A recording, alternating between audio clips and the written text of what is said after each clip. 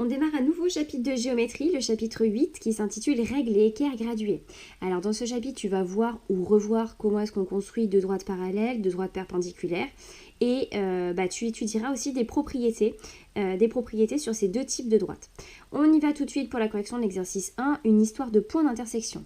Alors deux trains se déplacent selon des trajectoires rectilignes, c'est-à-dire tout droit. Première question, est-ce que les trajectoires des trains vont se couper? Si oui, à quel endroit exactement? On pourra prolonger les trajectoires avec la règle. Alors tout simplement, on va prolonger ici la première trajectoire du train T2.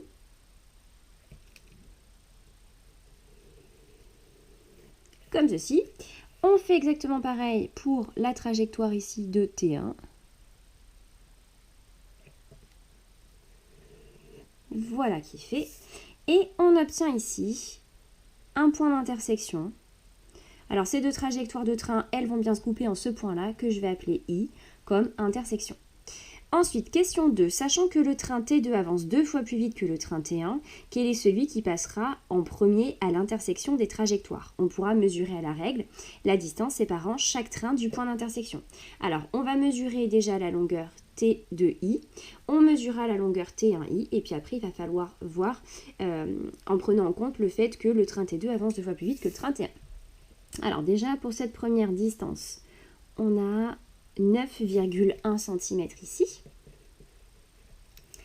Et le train T1, il se trouve à 5 cm de l'intersection. On a T1 qui se trouve à 5 cm de l'intersection et on a T2 qui se trouve à 9,1 cm de l'intersection. Bon, on sait que le train T2, il avance 2 fois plus vite que le train T1. C'est-à-dire que ici sur mon dessin, lorsque le train T1 se déplace d'1 cm, eh bien T2 aura parcouru 2 cm. Lorsque T1 parcourt 2 cm, T2 en parcourt 4. Lorsque T1 en parcourt 3, T2 en parcourt 6. Et on continue comme ça. Donc T1, quand T1 aura parcouru 5 cm, eh bien T2 en aura fait le double, c'est-à-dire 10 cm, et il aura déjà dépassé l'intersection. Donc c'est le train T2. T2 passera le premier l'intersection.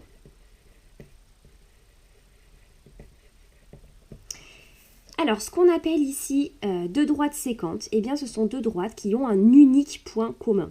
Et ce point, eh bien, c'est ce qu'on appelle le point d'intersection. Hop, je t'ai fait ici une petite illustration de deux droites séquentes en un point I ici.